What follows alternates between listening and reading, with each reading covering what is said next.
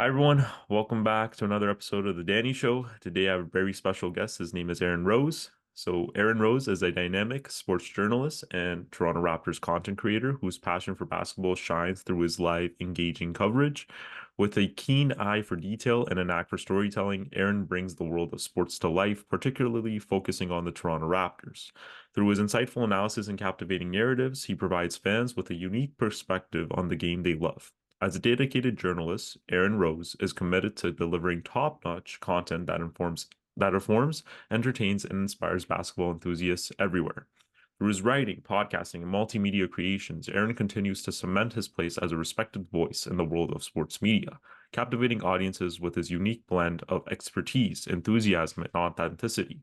He has obtained a bachelor's degree in history with honors distinction from McGill University and a Master of Science in Journalism from Northwestern University as well. He's currently the reporter for Sports Illustrated covering the Toronto Raptors and is a TikTok content creator as well. And now Mr. Aaron Rose joins me live. How are you doing, Aaron? Thank you very much. I'm doing well, and thank you for the kind introduction. No problem. It's my pleasure to have you on the show. I'm a big fan of yours. I always see your videos on TikTok. Thank you for watching. Thank you for following. No problem, man. It's my pleasure. So, wanted to know what inspired you to pursue a career in sports journalism and content creation. Yeah, I think a couple things. Number one is I think like so many other young people, I grew up following sports. I grew up playing sports, and I realized quickly I was not going to go very far playing sports.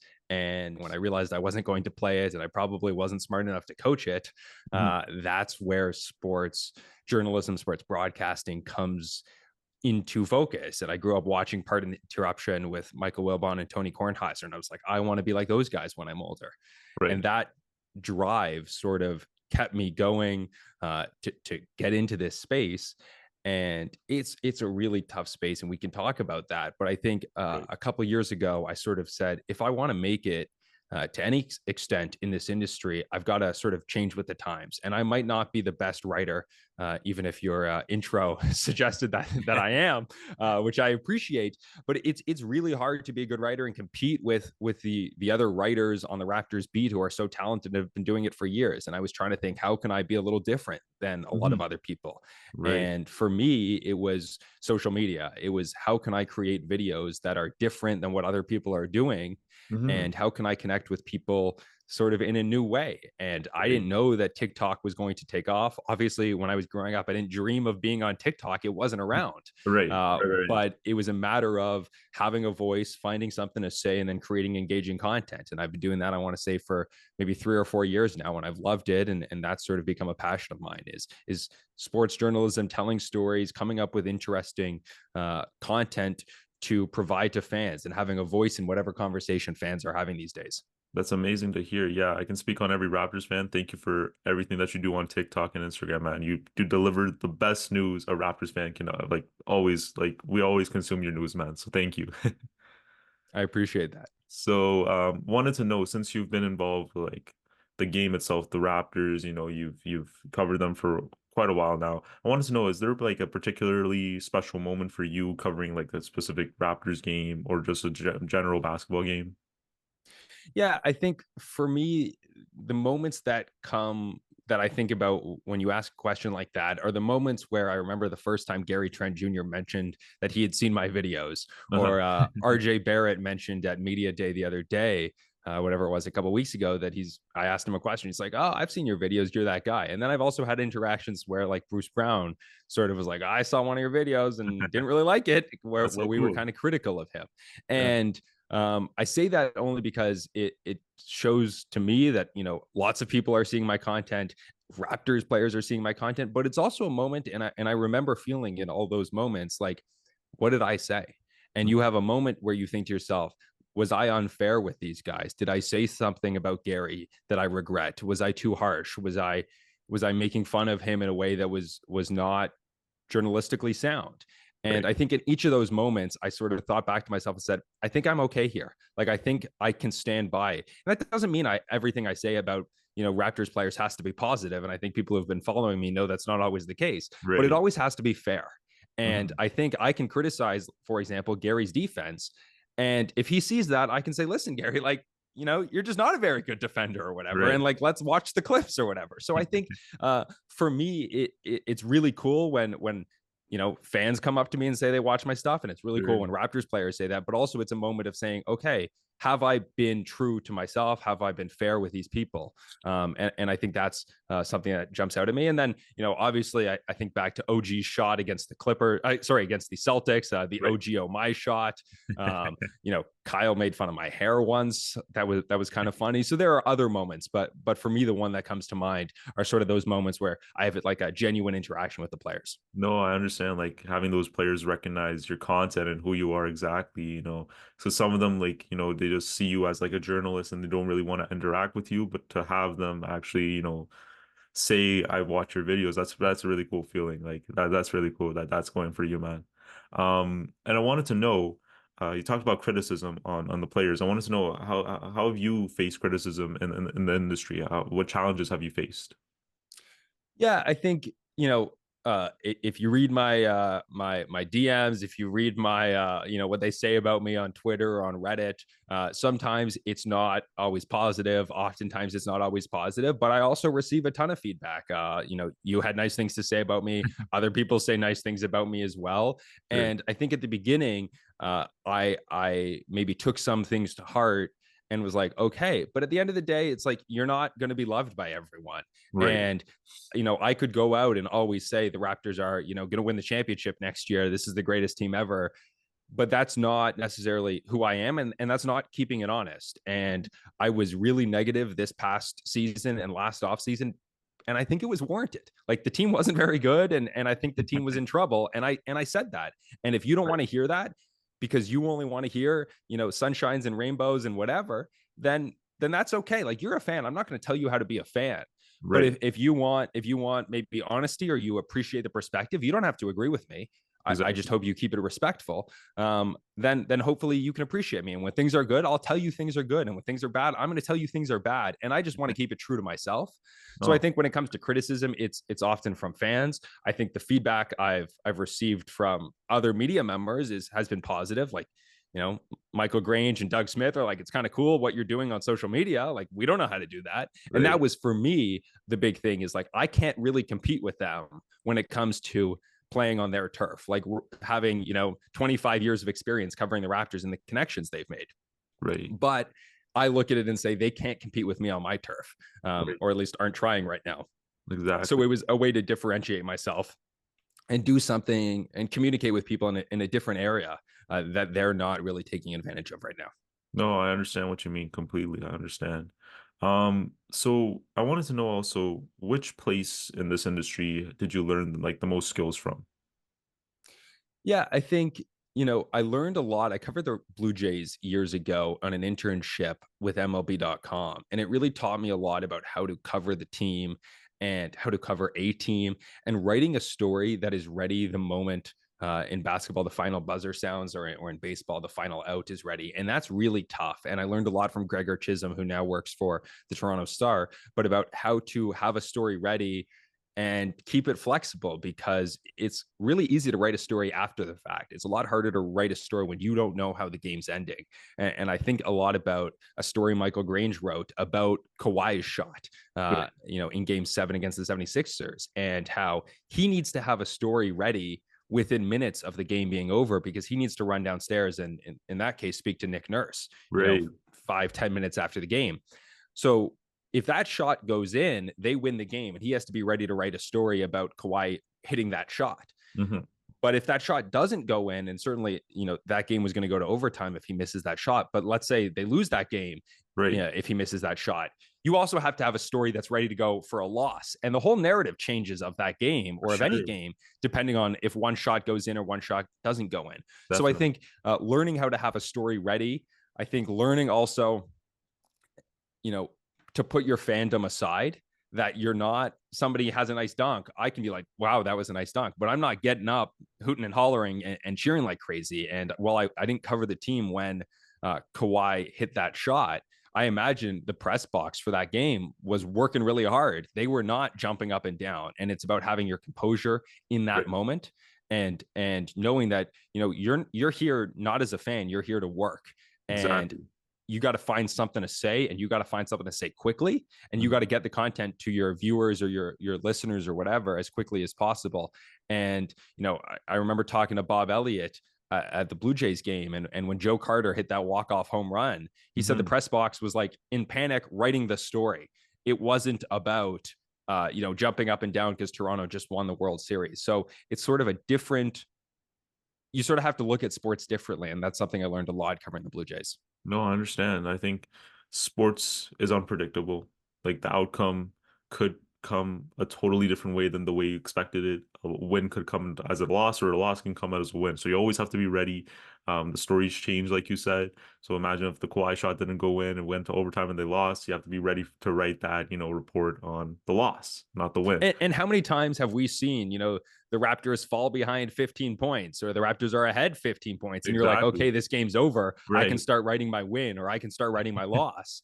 And then you look down, you start writing your story and you look back up and the game's tied and you're like, oh no, Right. either like, what did I miss? Or now I got to start over again because I Right. had, 500 words ready for the Raptors, lost this game, yada yada, and now the game's tied and they might win. So For just sure. somehow, I like to describe it as a chameleon, having one eye on your computer writing the story and one eye on the game, which is really hard to Exactly. do. Exactly. But figuring out how to balance those things is something I sort of learned covering the Jays. No, that's amazing to hear, man. So coming to our focus for today, the Toronto Raptors. I'll get back to journalism questions later on in the interview. But the Raptors, what was your Raptors season review of them? How do we understand them moving forward into this offseason? What moves are they going to make? Yeah, I think it was it was a rough season. I don't think Right. fans enjoyed it. I don't think the front office enjoyed it. I don't really think the players enjoyed it. I can tell you the media didn't enjoy it. For sure. But I think it was an important season of clarity for the organization that they regrettably made some decisions too late. Hmm. And they should have taken action sooner. And I've discussed that at length and we can continue to litigate that. But at the end of the day, they sort of rip the band-aid off and they're moving in a direction that is important. And Hmm. they've got a team built around Scotty Barnes and Emmanuel Quickly and RJ Barrett and Grady Dick. And that's the core moving into the future. Right. And will it work? I don't know. And will Scotty Barnes be the number one guy on a championship team? Listen, it's really, really hard to be that guy. And Exactly. there are only like, 3 or 4 or 5 of those guys in the league at any one time who can be that guy. So I think it's unfair to hold him to that standard and expect that from him.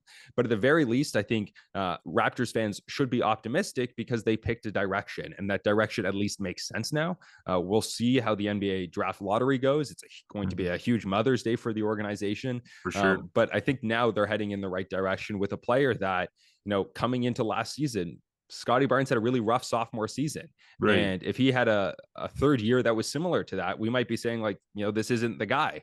But the step he took in year 3 was a bigger step than I anticipated, which is great to see. And now you can be excited about what the next step's going to be. And development isn't always linear. I don't want players or, excuse me, fans to be upset if Scotty Barnes isn't, all NBA first team next year. But I think that the organization at least is moving in a direction that now makes some sense. No, I understand what you mean. I feel like with the Raptors right now, I think it's a different era than Fred VanVleet, Pascal Siakam, OG, because they've all been shipped off. We're kind of focusing our attention towards Barrett, Barnes quickly, like you said. The team is going young, which makes sense for them moving forward. I hope they draft, solid, rotation players in this year's NBA draft lottery. Sorry, in this year's NBA's draft. But moving forward, like, how do we anticipate this team going into next season? Do you think they're going to make it into the playoffs next season, or it's going to be a couple of years down the road? Yeah, I think again, some of it comes down to how the lottery goes, right? Right. I do think that they need somebody else to pair with Scotty Barnes. That's somebody like you can find that star player, look at Giannis sort of in the later in the draft, or look at, Jokic, right? The best player in the league was found in the second round. So Right. you can find that guy maybe with the 19th pick, but it's just harder to do that. So if you Exactly. can get, a top 6 pick this year, Hmm. then maybe you're off and running. And I don't think the Raptors will be a playoff team next year. But if that player is pretty good and if Scotty takes another step, then could they be in that play in conversation? Sure. But if they don't get that top 6 pick this year and they have to convey it to San Antonio, next year's draft is expected to be very, very good. And I don't think it's such a bad idea to, and it might be hard to do this, but to sort of have another rough season and to finally find that guy to pair with Scotty Barnes. I think Right. sometimes the mistakes are made when organizations try and move too quickly. And you look at what the Thunder have done, where they have a trio of young players that are really exciting that For can sure. grow together. And you look at what Orlando has done, where they have certainly two, but throw Jalen Suggs in there as well, and that they've got a young core ready to go for the future.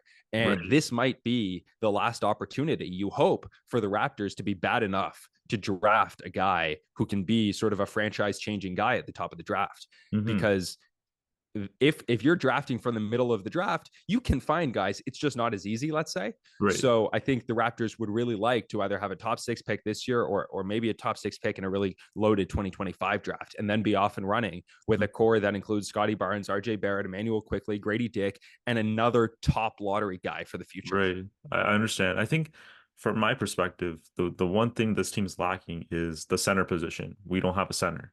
I think if we get a guy like Zach Edey in the draft, I think that would be pretty cool if we can fit him in that, rotation. It could complement Scotty Barnes as well. But I mean, what do you think? Are the offseason moves just going to be the lottery picks, or do you think this team is going to be like trading and selling players? Yeah, listen, Masai mentioned that he's probably not going to be looking for a star. He mentioned unless Ronaldo becomes available. So he was sort of saying like, anything could happen. But this Right. organization isn't at a point where, you know, you're gonna throw some star player on the team and be off and running. I think they, in some respects, dodged a bullet by not trading for Dame Lillard last summer Right. because, well, I think this team would have been a playoff team with Dame Lillard. You're giving up a lot of your future draft capital. You're giving up all your picks. You're giving up Grady Dick. You're giving up Gary Trent Jr. And I don't think this team would have been deep enough to really contend in the Eastern Conference. And while Dame Lillard is very good, as we know, he has some defensive shortcomings. And you look at the Bucks, who obviously dealt with some injuries, but it wasn't like they were juggernauts all NBA season. Like they struggled a lot. They fired their coach, and they weren't so great after that. So I think you have to be patient. And I don't think we're going to see the Raptors trade for, Karl Anthony Towns if he comes available or Kevin Durant this summer. Like they're not at that point where they can add somebody like Right. that. But they do have a lot of flexibility. I think the draft lottery could change some of that flexibility. Like if you add a top 6 pick, now you have less cap space, fortunately, because you have to, Right. sign, let's say, the number 4 pick in the draft. Right. Um, Right. Right. but Right. if they lose that pick, they could have $30 million in cap space if they get rid of Gary Trent Jr. and Bruce Brown. And well, that's not a ton of cap space to get. You're not going to get a max player for that. And a lot of the best players in free agency are former Raptors guys, and I don't see them coming back. Right. But maybe you can sign a couple guys, or a lot of these teams are very good teams who have come up short, are right up against the second luxury tax apron, and maybe they need to shed salary, and that's an opportunity where maybe the Raptors can take on a salary and get a first round pick out of it, or get a Right. second round pick out of it. We've seen the Thunder do that with great success, where they take on Right. a Chris Paul or they take on an Al Horford, and they eat that contract for a year or two, and they get a first round pick out of it. And I think the Right. Raptors have an Right. opportunity to make some deals like that if Hmm. they want to use that salary cap space in a more unusual way that'll help them down the road, as opposed to just signing some sort of $30 million player. No, I understand what you mean. I think just waiting it out, maybe another tank, and then just waiting it out, get that first round draft pick, and hopefully it can turn out into a good player, and that could potentially pair up with Scotty Barnes. I think that's what you mean. So I completely agree with you. So yeah. Moving along to the NBA playoffs. Now, last night's game was amazing with the Knicks and Sixers. The Knicks obviously won the game. Pacers won the Bucks as well. How do you feel about the playoffs in general this year, Aaron? I think from my perspective, it's really competitive. I think the gate's wide open for any team to win a championship. I don't think it's like, like back in the day, it was either Golden State or Cleveland, but now it's like maybe Indiana could win, or New York, or maybe Minnesota can come and win. So with the gate's wide open. What do you feel about the playoffs this year from your perspective? Yeah, I think a lot of people coming into the playoffs probably would have picked Denver and the Celtics, and Right, I think right, Denver and both those teams, right, winning 5 5-game series is impressive. It's not like they really showed a ton of weakness, Right. but the Celtics now have that question with Kristaps Porzingis. Denver isn't as deep. Obviously, Bruce Brown is on the Raptors now. They're Right. not as deep as they were last year, and I think both those teams are maybe more vulnerable. Boston had an incredible regular season, but until they prove it, and we talk about having that number one guy on a championship team, taking nothing away from Jason Tatum, but he hasn't shown that he's that kind of caliber of player. He's probably maybe just a step below that or a half step below that right now. Right. So there are questions about them. I think we're also seeing some guys that maybe weren't in that conversation as number one guys on championship teams, show out right now. And Tyrese Maxey's obviously not at that level, but he had some incredible games and looks like he's going to be at that level in the future. What Jalen Brunson is doing lately is ridiculous, and it's crazy to think that this guy, was overpaid at whatever he signed for $120 million or $100 million a few years ago. That's crazy to sign a guy like that. Well, it turns out he might be the number one guy on a championship team. And you look at the development we're seeing from Anthony Edwards and that team, that Rudy Gobert trade was, the worst trade in NBA history, people said. And I'm not going to sit Right. here and claim like I thought that was a brilliant deal, but we're seeing him blossom into, a star player and maybe either right now the number one guy on a championship team or eventually that guy. So I think, and that's not to mention, the Canadian kid, Shea Gilgeous-Alexander, who just led, to a series sweep and the best record in the West. And Right. people are still saying that team's too young. Well, Mhm. again, they just won the West and they just swept the Pelicans in the first round of the playoffs. So I think Right. you're right that there's no clear cut favorite, and I think that's a ton of fun.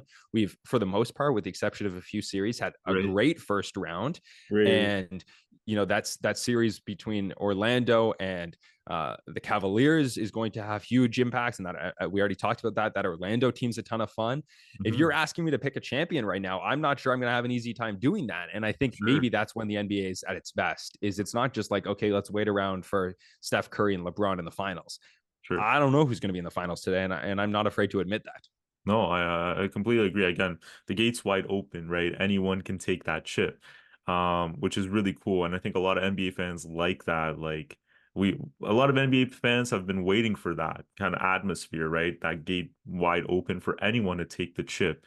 Before, it was always annoying and boring for me to see Cavs, Warriors every single year in the finals, right? I guess the first year was pretty cool, and then when it just came redundant year after year, I guess, the fans wanted this and I'm glad it's here right now. But how about your predictions for tonight? Not the finals, but how about for tonight? Do you think the Cavs are going to take the series and the Mavs are going to take the series tonight?